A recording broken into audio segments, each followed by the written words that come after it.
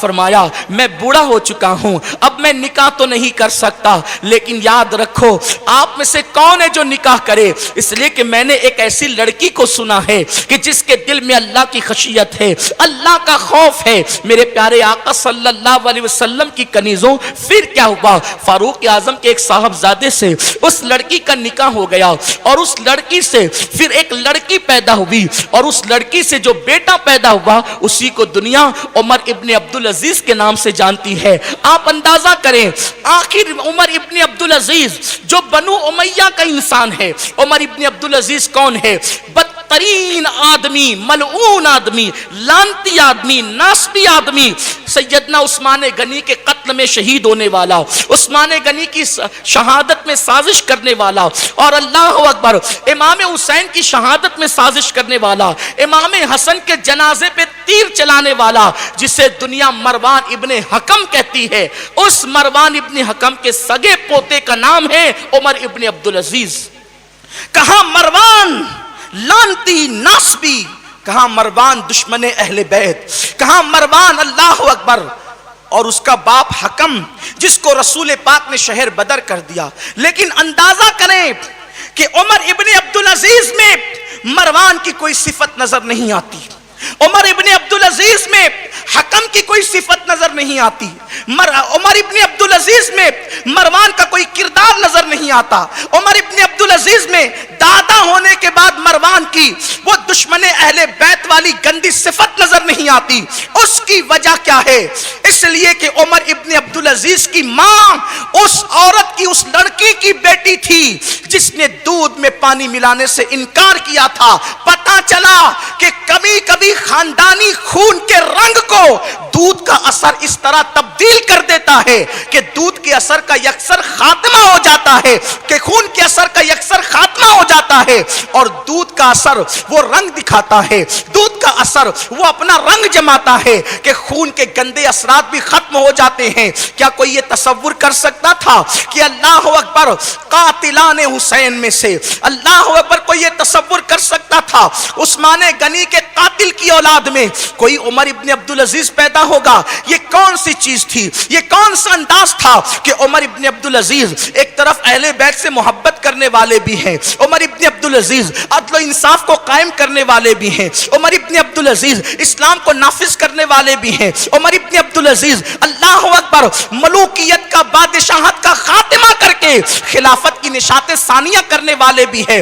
پہلی صدی کا مجدد جسے دنیا عمر ابن عبدالعزیز کے نام سے جانتی ہے، یہ کسی ماں کے دودھ کا اثر ہے، یہ کسی ماں کے کردار کا اثر ہے، یہ کسی ماں کے کیریکٹر کا اثر ہے۔ اے خاتون جنت کی کنیزوں، آپ اندازہ تو کرو، سیدنا فاروق اعظم کے بیٹے سے ایک بیٹی پیدا ہوئی، اور وہ بیٹی کس سے پیدا ہوئی؟ وہ بیٹی اس سے پیدا ہوئی، وہ بیٹی اس سے پیدا ہوئی جس ماں نے دودھ میں پانی ملانے سے انکار کیا تھا، اور پھر اسی کا اثر حضرت عمر ابن عبدالعزیز پر پڑھا۔ اللہ اللہ، وہ عمر ابن عبدالعزیز کون تھے؟ اللہ اکبر، ایک مرتبہ لوگوں نے دیکھا ایک بوڑھا خوبصورت سفید ریش آدمی عمر ابن عبدالعزیز کے کندھوں پہ ہاتھ رکھ کے چلتا ہے، اور بڑی نزاکت و نفاست سے چلتا ہے، بڑی ندرت سے چلتا ہے۔ جب وہ شخص چلا گیا تو لوگوں نے پوچھا عمر ابن عبدالعزیز، یہ بندہ مدینے کا رہنے والا تو نہ تھا؟ یہ بندہ ملک شام کا رہنے والا تو نہ تھا؟ کتنا خوبصورت تھا، اس کے چلنے میں کتنی ندرت و نزاکت تھی۔ عمر ابن عبدالعزیز سے پوچھا یہ کون تھا؟ تو عمر ابن عبدالعزیز کہتے ہیں یہ سیدنا خضر علیہ السلام تھے جو آج مجھ سے ملاقات کرنے کے لیے تشریف لائے تھے۔ میرے آقا صلی اللہ علیہ وسلم کی کنیزوں، پتا چلا اگر ماں اللہ اکبر فاطمہ جیسی ہو جاتی ہے تو پھر بیٹا عمر ابن عبدالعزیز جیسے پیدا ہوتا ہے۔ اللہ اللہ، لیکن یہ کس کا انداز تھا؟ جب دل میں خشیت ربانی ہوگی تو باپ کے خون کی تاثیر بھی چینج ہو سکتی ہے، باپ کے خون کا اثر بھی بدل سکتا ہے۔ کہاں مروان لانتی اور کہاں پر ان کا سگا پوتا حضرت عمر ابن عبدالعزیز۔ میرے پیارے آقا صلی اللہ علیہ وسلم کی کنیزوں، ذرا غور تو کرو، ذرا سوچو تو صحیح، اندازہ تو لگاؤ۔ اللہ اکبر، سیدنا عمر ابن عبدالعزیز کی زندگی کا انقلاب، ان کی زندگی کا تقوی، ان کی زندگی کی پرہیزگاری، اس سے یہ بات پتہ چلتی ہے کہ اگر مائیں اپنے پیٹ میں بچے کو رکھ کر کے متقی ہو جائے، کسی مفکر نے کہا تھا کہ ماں کا پیٹ کمار کے آوے کی طرح ہے. کمار کے چکے کو آوا کہتے ہیں اور کمار کے چکے پر صرف مٹی رکھی جاتی ہے. کمار کے چکے پر مٹی رکھی جاتی ہے. جیسے جیسے ہاتھ تبدیل ہو جاتا ہے اسی مٹی سے کبھی مٹکی بنتی ہے, اسی مٹی سے کبھی رکابی بنتی ہے, اسی مٹی سے کبھی گلاس بنتا ہے, اسی مٹی سے کبھی چھڑی بنتی ہے, اسی مٹی سے کبھی پیالی بنتی ہے, اسی مٹی سے کبھی کپ بنتا ہے. مٹی تو وہی ہے, پھر اس سے کبھی کپ کیسے بن گیا, اس سے کبھی گلاس کیسے بن گیا, اس سے کبھی رکابی کیسے بن گئی, اس سے کبھی توا کیسے بن گیا.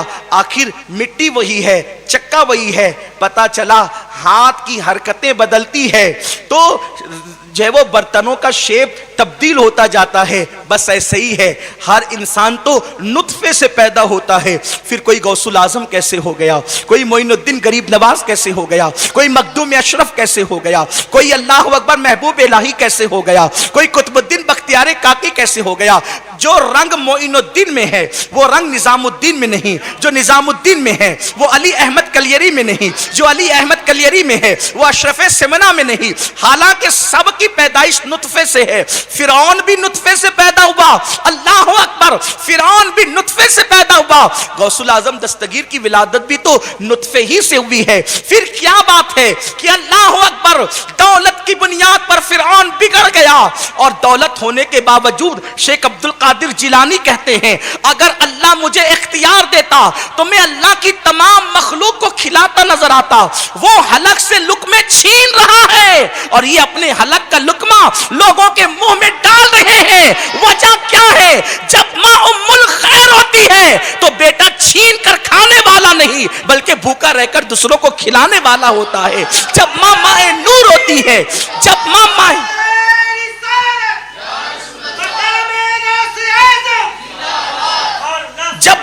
نور ہوتی ہے تو بیٹا معین الدین اجمیری ہوتا ہے. اور پھر کیسا آج سے 800 سال پہلے اپنے ہاتھوں سے کھلا رہے تھے اور قبر میں جانے کے بعد اپنے نام پر کھلا رہے ہیں. آپ اندازہ تو کریں, یہ ماں کے پیٹ کی کرشمہ سازی ہے. ماں کا پیٹ کوئی مشکل چیز, کوئی ماں کا پیٹ کوئی آسان چیز نہیں, کوئی معمولی چیز نہیں. ماں کا شکم انسان کو بناتا اور بگاڑتا ہے.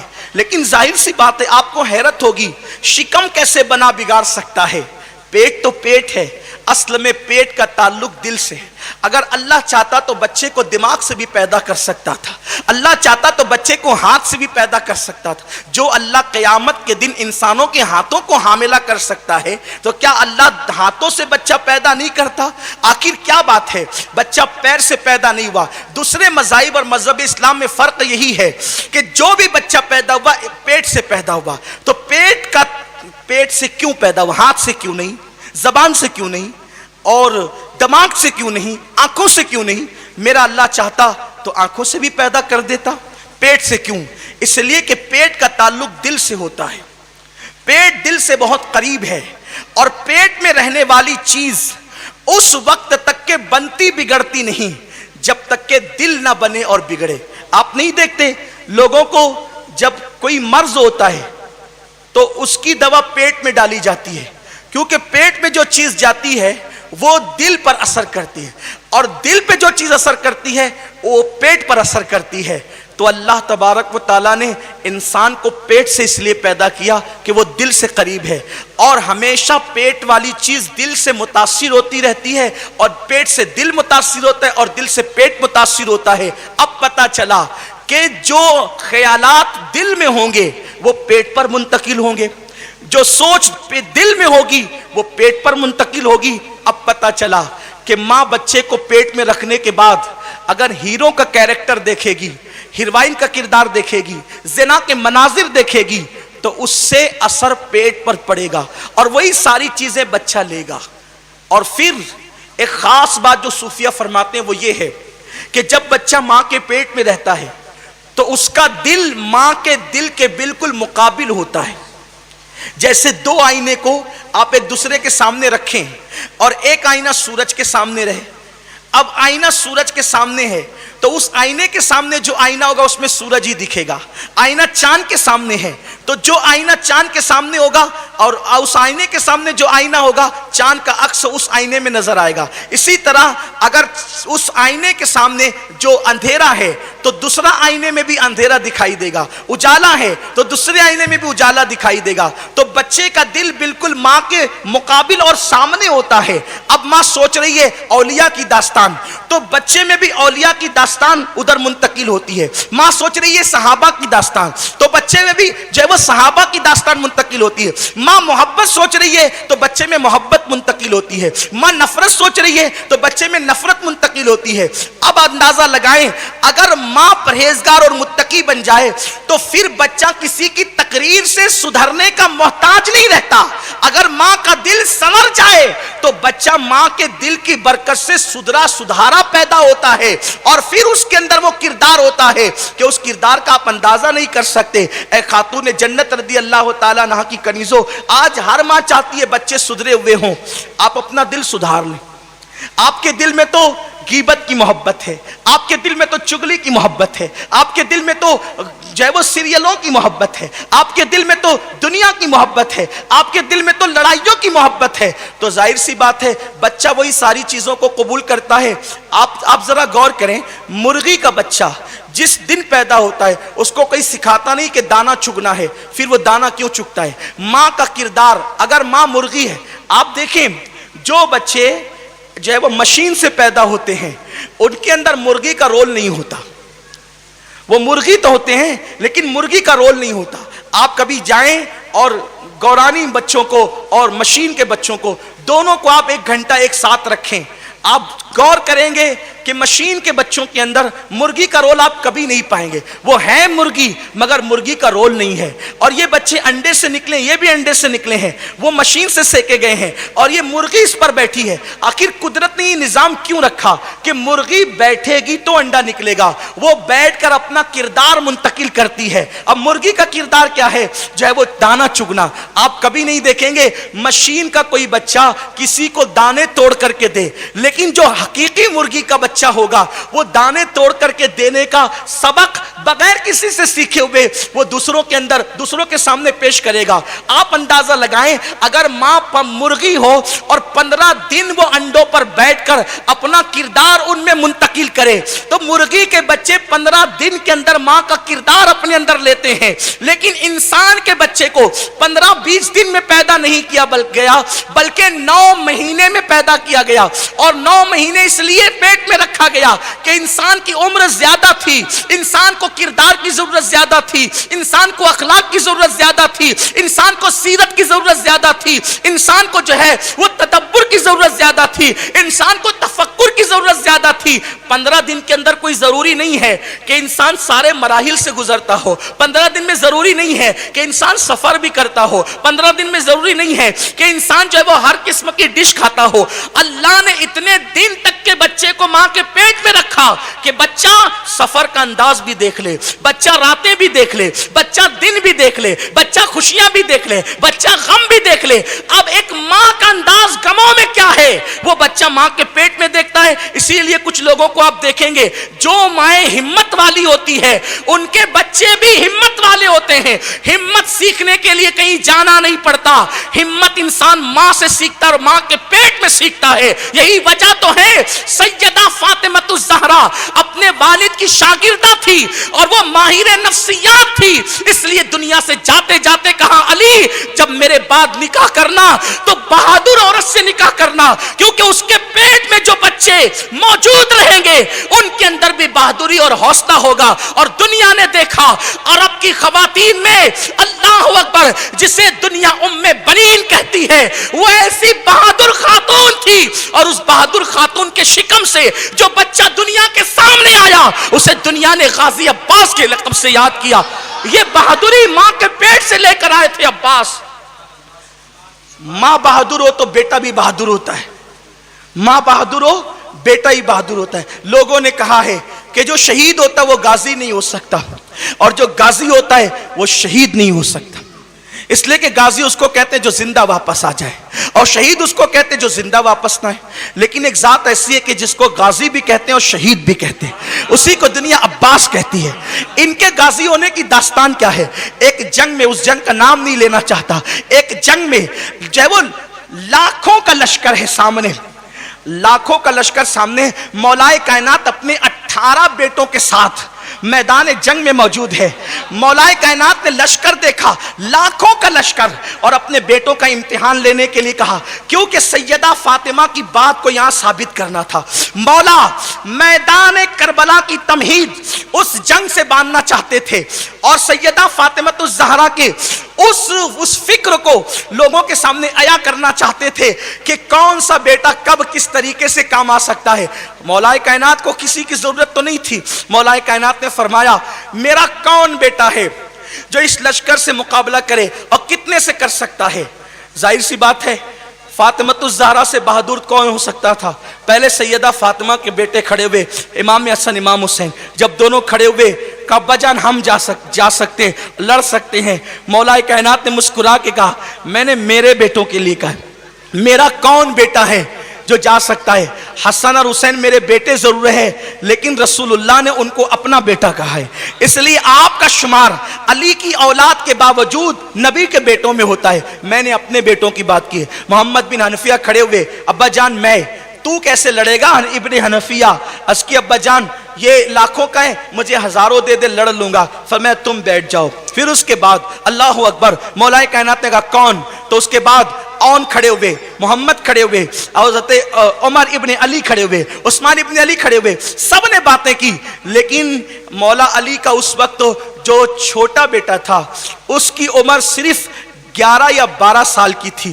11 یا 12 سال کا وہ بیٹا جس کے چہرے پہ بھی داڑھی بھی نہیں نکلی تھی، اٹھ کر کے کھڑا ہوا، کہا بابا میں جاؤں گا۔ کہا کتنے لے کے؟ کہا اکیلا جاؤں گا۔ اور پھر کہا کیسے لڑے گا؟ کہا بابا میں ایسے لڑوں گا، اگر میں ان کو صرف دیکھ بھی لوں، صرف دیکھ لوں، یہ سب مر جائیں، میں ان کو دیکھ لوں سب مر جائیں گے، اس لیے کہ اللہ نے مجھے آنکھیں اللہ والی دی ہے۔ اب میں یہ بات اگر کرنے لگوں تو لوگوں کو شبہ ہوتا ہے یہ بات آئی کہاں سے، لیکن بخاری کی حدیث سے حضور فرماتے ہیں اللہ کہتا ہے کہ جو نوافل کی کثرت کرتا ہے میں اس کی آنکھ بن جاتا ہوں، میں اس کے ہاتھ بن جاتا ہوں، میں اس کے پیر بن جاتا ہوں، میں اس کی زبان بن جاتا ہوں۔ یار جب غوث الاعظم کی زبان بنتا ہے خدا، تو کیا عباس غازی عباس کی زبان، وہ بھی پھر غوث پاک ہے کون؟ علی کا بیٹا عباس جس کی جوتیاں غوث الاعظم اٹھاتے ہیں تو مقام غوثیت کی آبرو بن جاتے ہیں، یہ مقام عباس ہے۔ تو کہا بابا صرف دیکھ لوں گا نا تو بھی وہ مر جائیں گے، اور بول دوں گا تو بھی مر جائیں گے، کیونکہ اللہ نے میرے پاس اتنی مضبوط جو ہے وہ زبان عطا کی ہے۔ اور پھر باپ کا امامہ باندھ کر، ذوالفقار حیدری لے کر اور بابا کا گھوڑا لے کر کے جیسے ہی نکلے ہیں تو ایسا لگتا تھا کہ جیسے ام بنین کا بیٹا جایا نہیں جا رہا ہے بلکہ فاطمہ بنت اسد کا بیٹا بدر و احد کی یادیں تازہ کر رہا ہے۔ اور پھر جب عباس گئے ہیں اور جانے کے بعد مولا علی کے سامنے سے وہ چہرہ اوجل ہوا ہے تو مولا علی نے فوری طور پر یہ کہ کہیں میرا بیٹا دشمن کی صفوں میں گھس نہ جائے، آپ نے کہا میرے غازی ذرا واپس لوٹ، میرے غازی ذرا واپس لوٹ۔ اس وقت مولا نے جب ان کو غازی کا لقب دیا ہے تو آخری دم تک کے پورا خاندان عباس کو غازی ہی کہہ کر کے پکارتا رہا ہے، میرے پیارے آقا صلی اللہ علیہ وسلم کی کنیزوں۔ لیکن یہ بہادری ملی کہاں سے تھی؟ ام بنین کی بہادری۔ بہادر ماں نے پیٹ میں رکھا، اگر بہادر ماں پیٹ میں رکھے تو بیٹا بہادر ہوتا ہے، اگر پرہیزگار ماں پیٹ میں رکھے تو بیٹا پرہیزگار ہوتا ہے، متقی ماں پیٹ میں رکھے تو بیٹا متقی ہوتا ہے۔ آپ کیا سمجھتے ہیں؟ امام حسین کو 3 دن کا فاقہ تھا، اور یہ صرف 3 دن کا فاقہ تو مورخین کربلا کا کہنا ہے، ورنہ بات تو اصل یہ تھی کہ مولا حسین تو کئی دن کے بھوکے تھے۔ اللہ اکبر، پھر کیا بات تھی؟ بھوک نے حسین کو بے چین نہیں کیا۔ جس ماں نے سیدہ فاطمہ جب رسول اللہ کی دعوت کر کے جنت سے کھانا منگا سکتی ہے تو کیا روزانہ جنت سے کھانا نہیں آ سکتا تھا؟ آ سکتا تھا۔ فاطمہ بھوکی اس لیے رہی، میری عقیدتیں یہ کہتی ہے، میرا ایمان یہ کہتا ہے کہ فاطمہ بھوکی اس لیے رہ رہی تھی کہ جانتی تھی جب ماں میں بھوکی رہنے کا انداز آئے گا تو اس کی کوکھ سے جنم لینے والے بچے بھی بھوک کو برداشت کرنے کی طاقت رکھ سکتے ہیں۔ تو سیدہ فاطمہ بھوکی اس لیے رہ رہی تھی کہ کربلا اور کربلا کے بعد زینب و حسین کو بھوکا رہنے کا شعور پیٹ سے ہی عطا کرنا تھا۔ تو یاد رکھیں یہ اسلامی بیٹی کا روحانی سفر ہے، لیکن بڑی معذرت کے ساتھ میں تو صرف شکم پر ہی اپنی گفتگو کو شکم سیر کرتے ہوئے ختم کرنا چاہتا ہوں۔ انشاءاللہ پھر کبھی ہم گفتگو کریں گے۔ تو عرض صرف یہ کر رہا تھا، ماں اگر بھوکی رہنے کی عادی ہو تو بچہ بھوکی رہنے کا عادی پیدا ہوتا ہے، ماں اگر متقی ہو تو بچہ متقی ہوتا ہے، ماں اگر تالی قرآن ہو تو بچہ تالی قرآن ہوتا ہے، ماں اگر حافظ قرآن ہو تو بچہ حافظ قرآن ہوتا ہے، اور اگر ماں جامع الصفات ہو تو بچہ بھی جامع الصفات پیدا ہوتا ہے۔ میرے پیارے آقا صلی اللہ علیہ وسلم کی کنیزوں، ماں کا پیٹ کمار کے آوے کی طرح ہے، جیسے کمار کے آوے پر مٹی رکھی جاتی ہے لیکن ہاتھ بدلتے ہیں تو شکل بدلتی ہے، ایسے ہی پیٹ یکساں ہوتے ہیں لیکن دل کے جذبات بدلتے ہیں تو پھر بچے بدلتے ہیں۔ آج کوئی بھی بچہ آوارہ نہ ہوتا اگر ماں سیریل نہ دیکھے، آج کوئی بچہ جو ہے وہ ہیرو کا نقال نہ ہوتا اگر ماں سیریل نہ دیکھے، آج کوئی بچہ چور اور ڈاکو نہ ہوتا اگر ماں سیریل نہ دیکھے۔ اور یاد رکھیں ماں متقی ہو اور بچہ صحبت سے بگڑ بھی جائے، بہت خاص بات کہنے جا رہا ہوں، ماں متقی ہو اور بچہ کسی غلط صحبت سے بگڑ بھی جائے تو ماں کا تقوی زندگی میں کہیں نہ کہیں اس کو ضرور سہارا دے کر نیک بنا دیتا ہے۔ حضرت بشر حافی کی ماں متقی تھی، صحبت سے بشر بگڑا لیکن بگڑنے کے بعد ماں کے کردار نے وہ سوارا کہ 2 لاکھ احادیث کا حافظ بن کر اللہ اکبر بشر اس رنگ میں آئے ہیں، اس لیے کہ دودھ ایک نہ ایک دن اپنا رنگ ضرور دکھاتا ہے۔ اور یاد رکھ لیں دوسری بات، اگر ماں بگڑی ہوئی ہو اور صحبت سے بچے سنور بھی جائے تو پھر کہیں نہ کہیں وہ دودھ اپنا رنگ ضرور دکھاتا ہے۔ تو آج اسلامی بیٹی کے روحانی سفر کا آغاز ہم نے ماں کے شکم سے کیا تھا۔ آج بھی رابعہ پیدا ہو سکتی ہے، آج بھی نفیسہ مصری پیدا ہو سکتی ہے، آج بھی رابعہ بصری پیدا ہو سکتی ہے، آج بھی اللہ اکبر ام الخیر ام الورا ماہ نور جیسی خواتین جنم لے سکتی ہے، آج بھی زکیہ راضیہ مرضیہ جیسی خواتین پیدا ہو سکتی ہے۔ شرط یہ ہے کہ ماں کی کوکھ سنور جائے، اور ہم یہی چاہتے ہیں کہ ماں کی گود کو سنوارنا، ماں کی کوکھ کو سنوارنا۔ علم کے بغیر ماں کی کوکھ کبھی نہیں سنور سکتی، علم کے بغیر ماں کی گود کبھی نہیں سنور سکتی۔ جب علم نہیں ہوگا، جس ماں کو وضو کرنا نہیں آئے گا، جس ماں کو غسل کرنا نہیں آئے گا، جس ماں کو قرآن پڑھنا نہیں آئے گا، وہ ماں کیا اپنے بچوں کو سنوار سکے گی؟ آؤ ماؤں کو سدھار دے، آؤ ماؤں کو سنوار دے۔ مائیں صرف تعلیم سے نہیں بلکہ تعلیم کے ساتھ ساتھ عشق مصطفیٰ اور نسبت رسول سے سنور سکتی ہے۔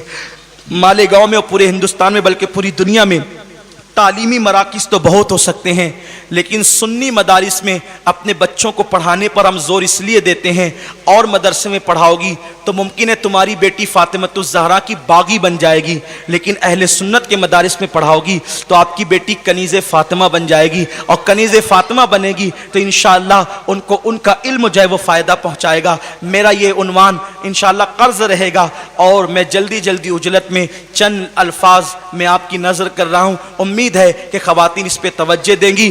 اپنے آپ کو سنوارو، اپنے آپ کو سدھارو۔ جب ماں آدھی آستین کے کپڑے پہنے گی تو بیٹی پورے آستین کے کپڑے کبھی نہیں پہن سکتی۔ ماں جب اللہ اکبر پتلے اور باریک لباس پہنے گی تو بیٹی کبھی جو ہے وہ موٹے لباس نہیں پہن سکتی۔ میرے آقا صلی اللہ علیہ وسلم کی کنیزوں، علم دنیا میں آ کر کے جو ملتا ہے یقیناً وہ اثر انداز تو ہوتا ہے لیکن مکمل طور پہ اثر انداز نہیں ہوتا۔ ایک بات جاتے جاتے یہ ضرور کہنا چاہتا ہوں، سیدہ فاطمہ کی اولاد میں جتنے سدرے سنورے نیک پرہیزگار بچے آپ دیکھیں گے، یا جتنے شہزادے اور شہزادیاں آپ دیکھیں گے، اتنا تقوی اتنا پرہیزگاری آپ کو کسی خاندان میں نظر نہیں آئے گا، بلکہ دنیا میں جب بھی متقی ہوا ہے وہ سیدہ فاطمۃ الزہرا کی اولاد کی جوتیاں سیدھی کرنے کے صدقے میں پرہیزگار اور متقی ہوا ہے۔ اس لیے کہ تقوی اگر حقیقی معنوں میں کہیں سے ملتا ہے تو وہ سیدہ فاطمہ کے در سے ملتا ہے۔ اور لوگ متقی ہے، فاطمہ تقوی کا نام ہے، ہر لوگ عالم ہے، فاطمہ علم کا نام ہے، ہر لوگ با حیا ہے، فاطمہ حیا کا نام ہے، ہر لوگ جو ہے وہ رضا پر راضی رہنے والے ہیں، فاطمہ سراپا رضا کا نام ہے۔ بلکہ اگر یہ کہہ دوں اور لوگ تعلیمات قرآن کو حاصل کر کے مؤدب بنتے ہیں، فاطمہ سراپا ادب کا نام ہے۔ میرے آقا صلی اللہ علیہ وسلم کی کنیزوں، آپ کو میں یہ بات جو ہے وہ پورے وثوق کے ساتھ کہہ سکتا ہوں کہ آپ کسی بھی بڑی سے بڑی شخصیت کو دیکھ لیں، اگر اس کی زندگی کے اندر مکمل طور پہ نکھار آیا ہے تو فاطمہ کی اولاد سے کنیکٹ ہونے کے بعد آیا ہے۔ آپ دیکھیں امام احمد رضا، مولانا احمد رضا کے نام سے جانے جاتے تھے اس وقت تک جب تک وہ بریلی میں رہتے تھے۔ فاطمہ کے بیٹے آل رسول سے کنیکشن کیا ہو گیا؟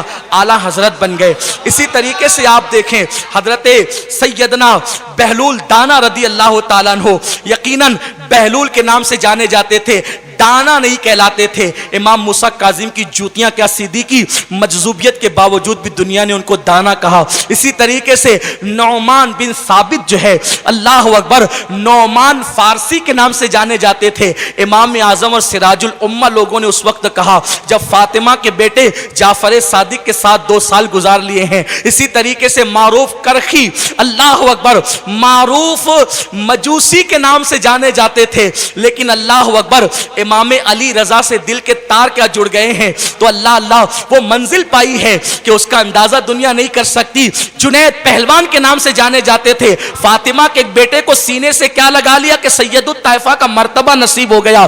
اس طرح مکمل تاریخ آپ کو نظر آئے گی میرے پیارے آقا صلی اللہ علیہ وسلم کی کنیزوں۔ لیکن یہ نسبت فاطمہ آپ کو صرف اہل سنت میں ملے گی، آپ کو کہیں اور نہیں ملے گی۔ اگر آپ اپنی بیٹیوں کو سیدہ فاطمہ کی واقعی کنیز بنانا چاہتی ہیں تو آپ وہاں پر زیور علم سے آراستہ کروائیں جہاں علم کے ساتھ نسبتیں بھی دی جاتی ہے۔ اور الحمدللہ سنی دعوت اسلامی کے مدارس میں یہاں تو ایسا فاطمی رنگ ہے کہ فاطمی رنگ کو دیکھ کر رافضیت بھی حیران ہے اور خارجیت بھی پریشان ہے۔ اہل سنت کا ہے بیڑا پار، اصحاب حضور نجم ہے اور ناؤ ہے، اطرت رسول اللہ کی۔ میری گزارش ہے، بہت اجلت میں نے چند جملے آپ کی نظر کیے۔ میرا دل تو یہ چاہتا تھا کہ میں اسلامی بیٹی کا روحانی سفر ماں کے شکم سے شروع کر کے ماں بننے تک مکمل اس عنوان کو کروں، لیکن انشاءاللہ پھر ہم آپ کے سامنے حاضر ہوں گے اور اس عنوان پر ہم گفتگو کریں گے۔ اس وقت تک کہ آپ سے رخصت چاہتا ہوں۔ اللہ تبارک و تعالی آپ سب کا، ہم سب کا حامی و ناصر ہو۔